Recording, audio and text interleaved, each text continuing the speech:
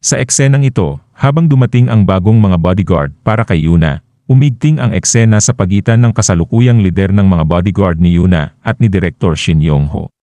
Hinamon ng leader ng team si Yong-ho, tinatanong ang seryosidad ng kanyang desisyon na palitan ang mga bodyguard at binibigyang diin ang pangangailangan na sundin ang tamang pamamaraan. Tumugon si Yong-ho na nakipag-usap na siya sa General Secretary tungkol dito nang mas maaga sa umagang iyon. Pinagsabihan niya ang leader ng team na tigilan na ang pagkapit sa kung ano ang tingin niya ay walang silbing pagmamalaki. Iginiit ni Yong-ho na hayaan ang mga eksperto na gawin ang kanilang trabaho. Binibigyang diin na ang mga bagong bodyguard ay lubos na kwalipikado dahil dati na silang nagprotekta sa mga mahahalagang tao sa buong mundo. Ipinapakita nito ang determinasyon ni Yong-ho na palitan ang kasalukuyang team ng mga itinuturing niyang mas may kakayahan. Ang leader ng team, na pakiramdam ay nabaliwala, ay nagpahayag ng kanilang kadalubhasaan na ipinapahiwatig na ang kasalukuyang team ay may kakayahan at mahusay rin sa kanilang tungkulin. At si Direktor Shin Yong-ho direkta niyang pinuna ang kakayahan ng leader sa pamamagitan ng pagpapahiwatig na hindi sila mahusay dahil nadukot si Yuna, ang kanilang kliyente. Hindi nakasagot ang leader ng team, marahil dahil may katotohanan sa sinabi ni Yong-ho. Sa gitna ng tensyon, pumagit na si Yuna at nakiusap na itigil na ang konfrontasyon. Magalang niyang sinabi sa leader ng team na ayos lang siya at maaari na silang umuwi, na sinamahan ng ngiti ay nagpapakita ng kanyang pagpapahalaga sa serbisyo ng team at nais niyang mapayapang malutas ang sitwasyon. Nanatiling tahimik ang leader ng team sandali, pinoproseso ang sinabi ni Yuna. Sa huli, kinilala niya ang kahilingan ni Yuna na nagpapakita ng kanyang pagtanggap sa sitwasyon at respeto sa kagustuhan ni Yuna. Pagkatapos, determinadong nag-umpisa si Yuna na umalis sa lugar na nagpapakita ng kanyang kahandaan na magpatuloy mula sa sitwasyon. Lumipat ang tagpo sa isang paaralan kung saan naroroon sina Yuijin at Yongchan. Nagtanong si Yongchan kung bakit wala sina Yuna at Sukjo sa araw na yon. Sa halip na sumagot, nanatiling tahimik si Yuijin habang nakatingin sa walang taong upuan ni Yuna at Sukjo, na nagpapahiwatig ng kanyang pag-aalala o pag-iisip tungkol sa kanilang kawalan. Bigla, nakatanggap si Yuijin ng tawag sa telepono. Ang nasa kabilang linya ay nag-inform sa kanya na hindi na ang Team 3 ang responsable sa pagprotekta kay Yuna. Binanggit ng tumawag na ibabahagi pa ang ibang detalye pag nagkita sila. Matapos ibaba ang tawag, nag-iisip si Yuijin tungkol sa bagong pangyayaring ito, marahil ay nag-aalala sa kung ano ang ibig sabihin nito para sa kaligtasan ni Yuna at kung paano ito makakaapekto sa kanilang sitwasyon. Lipat ang eksena sa pasilidad ng pagsasanay ng mga bodyguard, kung saan naroon ang lahat ng membro ng Team 3. Ang mga bodyguard ay nalilito at frustrated. Ipinahayag nila ang kanilang damdamin ng hindi pagkakapantay-pantay dahil biglaang inalis sa kanila ang tungkulin na protektahan si Miss Yuna. May pakiramdam ng kawalan ng magawa sa team, tinatanong nila kung mayroon ba silang magagawa bilang tugon sa biglaang pagbabagong ito. Ang leader ng team, sa pagsisikap na mapanatili ang kaayusan at profesionalismo, ay matatag na sinabihan ang team na tumigil. Pinaalalahanan niya sila na hindi sila pinapayagang protektahan si Miss Yuna, maliban kung sila ay utusan na gawin ito. Ang utos na ito ay nagpatigil sa team, iniwan silang nagulat at marahil ay nagtataka sa biglaang pagtanggal sa kanila sa tungkulin. Sa sandaling ito ng tensyon at kawalan ng katiyakan, biglang lumitaw si Miss Annie, kasama ang kanyang bodyguard na agad sumangayon sa Team Leader 3 at nagmuni-muni rin tungkol sa mga kamakailang pangyayari na may kinalaman kay Yuna. Sa kanyang isipan, kinikilala niya na biglaang binago ni Yong-ho ang mga bodyguard ni Yuna at pinilit siyang mag-aral sa ibang bansa sa ilalim ng dahilan na para ito sa kanyang kinabukasan. Nakikita ni Annie ang mga aksyong ito bilang bahagi ng plano ni Yong-ho na nagpapahiwatig ng kanyang pag-aalinlangan o pag-aalala sa mga motibo ni Yong-ho. Ang leader ng Team 2 ay kinausap si Annie. Binigyang diin niya na ang issue ng pagpapalit sa mga bodyguard ni Yuna ay hindi lamang problema ng Team 3 kundi ng buong SW Security Office. Tinanong ni Annie kung ano ang reaksyon ng manager ng seguridad sa mga pagbabagong ito. Ang sagot ng leader ng Team 2 na nagsabing wala namang espesyal na sinabi ang manager ay nag-iwan kay Annie na nag-iisip at tahimik. Samantala at habang naglalakad sila Annie at ang kanyang bodyguard palabas ng pasilidad, ibinahagi ng leader ng Team 2 ang kanyang mga hinala tungkol sa kamakailang mga aksyon ni Direktor Shin Yong-ho. Partikular niyang tinukoy ang kanyang pag-aalala nang magdala si Yeong-ho ng maraming bodyguard. Iminumungkahi niya na plano na ito ni Yeong-ho mula pa sa simula, na nagpapahiwatig na may paunang estratehiya sa likod ng mga pagbabago sa seguridad ni Yoona.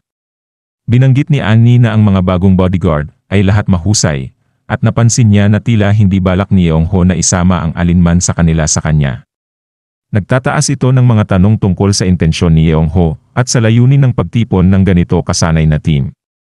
Ipinaliwanag ng leader ng Team 2 na ang mga bagong bodyguard ay mula sa Ayorn, isang kilalang private military company, PMC, na sikat sa buong mundo. Binigyang diin niya na lahat ng empleyado ng Ayorn ay lubos na sanay at kwalipikado, na nagpapakita ng mataas na antas ng bagong team ng seguridad. Ibinunyag din niya na si Director Shin Yong-ho ay lumagda ng kontrata at umupa ng kanilang mga bodyguard noon pa, na nagpapahiwatig ng mas malalim na antas ng pagpaplano at pamumuhunan sa bagong ayos ng seguridad. Tinanong ni Annie kung paano ihahambing ang kanilang kasalukuyang mga bodyguard sa mga bodyguard mula sa private military company, PMC, na Ayorn, na inupahan ni Director Shin Yong-ho. Nais niyang malaman ang antas ng kakayahan at kadalubhasaan ng bagong security personnel kumpara sa kanilang sariling team. Ipinaliwanag ng leader ng Team 2 na ang mga PMC tulad ng Ayorn ay aktibo sa maraming larangan, kaya hindi sila direktang maihahambing sa kanilang team. Inamin niya na bagamat ang kanilang mga bodyguard ay kabilang sa pinakamahusay sa bansa, mas mahusay pa rin ang mga operatiba mula sa Ayorn. Ito ay dahil ang seguridad ay pangunahing pokus ng mga PMC, at mayroon silang malawak na network ng impormasyon at mga lihim na ahente. Ang mga resourcing ito ay nagbibigay sa kanila ng kakayahang humarap sa mga mapanganib na sitwasyon sa iba't ibang epektibong paraan. Ipinahayag ni Annie ang kanyang tiwala sa pagtatantya ng leader ng Team 2. Pagkatapos, pinagnilayan ng leader ang desisyon ni Director Shin Yong-ho na umupa ng PMC para sa seguridad ni Yoona, na iniisip na baka ito ay dahil pangunahing nagtatrabaho si Yong-ho sa ibang bansa. Mas gusto niya ang security team na may pandaigdigang kadalubhasaan at kakayahan. Iminumungkahi ni Annie na hindi lang tungkol sa pagpili ng isang team na may internasyonal na kadalubhasaan ang desisyon ni Yong-ho. Naniniwala siyang may mas malalim na dahilan. Nagtaka ang leader ng Team 2 at nagtanong kung ano ang dahilang iyon. Si Annie, na malalim ang pag-iisip, ay nagpapahayag na hindi nagtitiwala si Yong-ho sa kahit sino, naniniwala lamang siya sa mga kontrata. Iniisip niya na ang relasyon ni Yong-ho, lalo na sa usaping seguridad, ay striktong nakabatay sa mga kasunduan sa kontrata. Nag-iisip din si Annie na baka nag-aalala si Yong-ho na may espiya sa loob ng SW Security Office na nagpapaliwanag pa sa kanyang desisyon na kumuha ng panlabas na security team. Samantala, habang si Annie at ang kanyang bodyguard ay nag-uusap. Sa puntong ito, lumitaw si Eugene at agad na binati si Annie. Tinanong ni Annie si Eugene kung narinig na niya ang balita. Kinumpirma ni Eugene na alam niya ang balita. Ngumiti si Annie at nagtanong kay Eugene ng kanyang opinyon tungkol dito, at ang bodyguard ay napansin ang pagtanong ni Annie na may halong ngiti at pinagmamasdan ang kanilang pag-uusap. Tugon ni Eugene na gagawin niya lang ang kailangan niyang dapat gawin. At ngumiti na lang si Annie at pagkatapos ay umalis kasama ang kanyang bodyguard.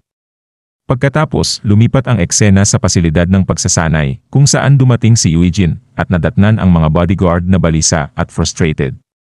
Agad na tinanong ng mga bodyguard si Eugene kung alam niya ang mga nangyari. Ang kanilang inis ay maliwanag, na nagpapakita ng tensyon at hindi kasiyahan sa team. Sunod, lumipat ang eksena sa bahay ni Yoona, partikular sa kanyang kwarto, kung saan makikita siyang nakaupo at tahimik na nag-iisip. At nagbago ang eksena sa lokasyon ni Yeong-ho at iniulat ng isa sa mga bodyguard ni Yeong-ho ang tungkol kay Yoona. Sinabi ng bodyguard na kinansela ni Yoona ang kanyang mga plano para sa araw na iyon at nagkulong sa kanyang silid. Kinilala ni Yeong-ho ang impormasyong ito, ngunit mabilis na binago ang pokus sa isang bagay na sa tingin niya ay mas mahalaga. Tinanong niya kung naayos na ang isang pagpupulong kasama ang mga taong mataas ang katayuan, partikular kung ang pagpupulong ay inayos ayon sa schedule ng pag-alis ni Yoona sa ibang bansa. Kinumpirma ng bodyguard na natapos na niya ang mga pag-aayos na ito.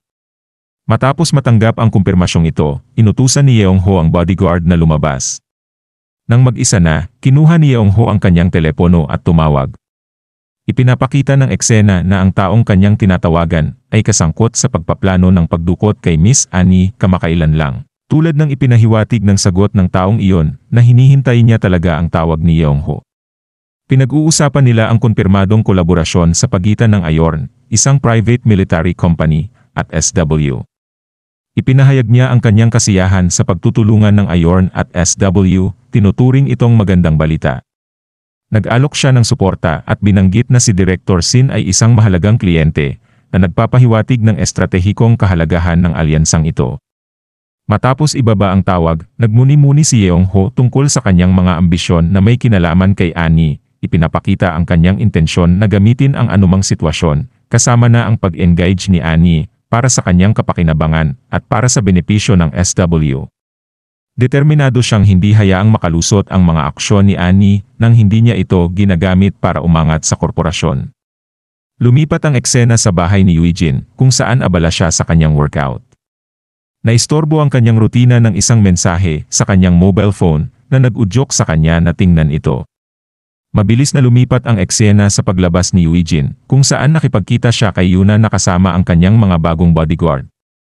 Humingi ng paumanhin si Yuna kay Eugene, malamang dahil sa biglaang pagbabago sa kanyang detalye ng seguridad at nanatili lang natahimik si Eugene habang nakatingin kay Yuna.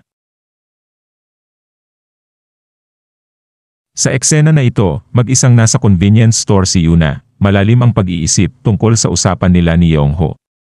Sinabihan si Yuna ni Yeongho na aalis siya papuntang ibang bansa sa loob ng 2 araw at pinayuhan siyang maghanda ng naayon. May diin at pagiging tiyak sa tono ni Yeongho sa desisyon. Nagulat si Yuna sa biglaan at maagang pag-alis na ito at tinanong ang pagmamadali. Ipinaliwanag ni Yeongho na bagaman kaya niyang asikasuhin ang mga pangunahing ayos para sa kanyang pag-alis, mahalaga para kay Yuna na mauna na upang maghanda at mag-ayos ng sarili. Binanggit niya na maraming tao ang kailangan ni Yuna na makilala at ang pag-aakma sa kanyang bagong schedule ay aabutin ng oras. Diin niya na kahit 1 linggo ay hindi sapat para siya ay maka-adjust na nagpapahiwatig na hindi lang basta paglipat ang kanyang pag-alis kundi kasama rin ang mahalagang paghahanda at pagpupulong. Pinayuhan ni Yeongho si Yuna na ayusin muna ang kanyang kasalukuyang sitwasyon bago umalis. Nagpakita ang eksena ng reaksyon ni Yuna habang pinoproseso niya ang impormasyong ito. Nanatili siyang tahimik sandali na agad napansin ni Yeongho. Binibigyang diin ito ang obligasyon na mayroon siya dahil sa kanyang pribilehiyadong posisyon. Pinaalalahanan niya si Yuna na dahil siya ay nakakatamasa ng mga benepisyong hindi kayang abutin ng ordinaryong tao, mayroon siyang responsibilidad na kumilos para sa kapakinabangan ng kumpanya. Mahigpit na binalaan ni Yeongho si Yuna na huwag ulitin ang anumang pagkakamali na ginawa niya noon. Si Yuna, na halatang nabigla at nagulat sa matinding paalala ni Yeongho tungkol sa kanyang mga obligasyon, ay nakapagbigay lamang ng isang mahinang okay bilang tugon. Bumalik ang eksena sa kasalukuyan, kung saan napansin ni Yuna ang binili ni Eugene para sa kanya mula sa convenience store. At tanong ni Yuna kay Eugene kung masyado na bang late ang pag-imbita nito sa kanya. At siniguro ni Eugene na hindi pa huli at nag-ehersisyo lang naman din siya kanina. Binanggit ni Yuna ang tungkol sa routine ng pag-ensayo ni Eugene. Napansin niya na nagte-training siya araw-araw kasama ang mga miyembro ng security team, ngunit nag-ehersisyo rin siya ng mag-isa. Ipinapahiwatig ng obserbasyong ito ang paghanga niya sa dedikasyon ni Eugene sa pagpapanatili ng kanyang pisikal na kalusugan at kasanayan. Kinumpirma ito ni Eugene sa isang simpleng pagsagot ng oo. Ipinahayag ni Yuna ang kanyang paghanga sa kahusayan ni Eugene sa pag-ensayo, na binanggit na pinuri siya ng iba pang mga miyembro ng security team dahil lagi siyang pinakamahusay sa training. Sinabi rin niya na maraming tao ang sabik na malampasan siya o talunin siya, na nagpapahiwatig ng mataas na estado ni Eugene at ang mapagkumpetensyang kapaligiran sa loob ng security team. Si Eugene, na walang ipinapakitang ekspresyon, sa naunang mga komento ni Yuna, ay tumugon na lang ng ngiti, tila naaliw sa tuwirang sagot ni Eugene. Binanggit ni Yuna ang plano niyang pumunta sa computer shop kasama sila, ngunit dahil hindi siya pumasok sa eskwela, nagtataka siya kung may sinabi ba ang mga ito tungkol sa kanyang pagliban. Sinabi ni Eugene sa kanya na bagamat hindi masyadong nagsalita ang kanyang mga kaibigan, nagtaka sila kung bakit hindi siya nakapasok. Nagpakita si Yuna ng nakakatawang mukha na nagpapagaan sa mood ng pag-uusap. Ibinalita niya na balak niyang ipakita sana sa kanyang mga kaibigan na gumaling na siya sa laro. Binanggit niya na pinuna siya ni Jaehyung dahil sa pagiging hindi magaling sa laro, kaya nag-iensayo siya mag-isa sa bahay. At binanggit ni Yuna na sikreto ito at nangako si Yuijin kay Yuna na itatago niya ang lihim na nag-ensayo siya sa mga laro sa bahay para gumaling. At tumugon si Yuna ng ngiti. Pagkatapos, ipinagmalaki ni Yuna, marahil sa biro, na may mga pagkakataon na mas magaling siya kaysa kay Seokju sa laro. Nagulat si Yuijin sa pahayag na ito, at nag-isip siya sa kanyang sarili kung posible nga bang mas magaling si Yuna kaysa kay Seokju, na nangangahulugan din na mas magaling siya kaysa sa kanya. Si Yuna, sa isang mapaglarong pagmamalabis, ay nagsabi habang humahaba ang kanyang ilong, na tulad sa isang kwento ni Pinocchio, kung saan humahaba ang ilong ng karakter sa bawat pagsisinungaling. Ipinahayag niya ang kanyang determinasyon na patunayan ang kanyang galing sa laro upang hindi na siya pintasan ni Jaehyung.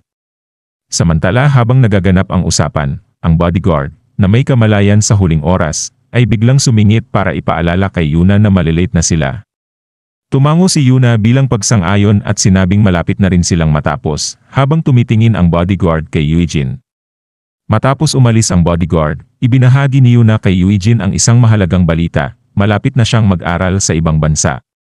Nagulat si Yuijin sa anunsyong ito. Ipinaliwanag ni Yuna na ang nalalapit na pag-aaral sa ibang bansa ang tunay na dahilan kung bakit siya pumunta kay Yuijin. Binanggit niya na marami siyang kailangang ihanda dahil sa kakaunting oras na mayroon siya. Dahil sa mga paghahandang ito at sa kanyang nalalapit na pag-alis, sinabi ni Yuna kay Yuijin na hindi na siya makakapasok sa eskwela sa loob ng ilang panahon. At may sandaling katahimikan sa kanilang dalawa habang umingiti si Yuna kay Yuijin.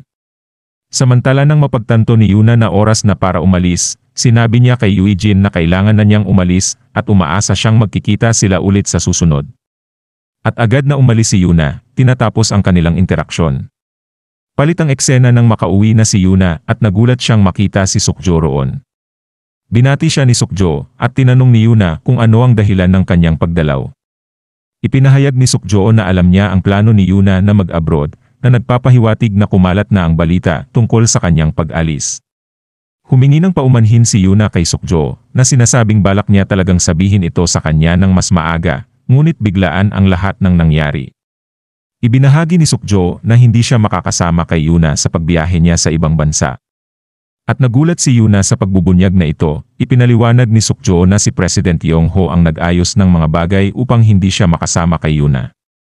Nanatiling tahimik si Yuna matapos marinig ito, na nagpapahiwatig ng kanyang pagkabigla o pagkadismaya sa pangyayari. Nagpakita si Seokju ng pag-aalala at nagtanong kay Yuna kung talaga bang kailangan niyang umalis. Ipinahayag ni Yuna ang kanyang pagtanggap, kinikilala niya ang mga kahihinatnan ng hindi pagsunod sa mga kagustuhan ni Yong-ho.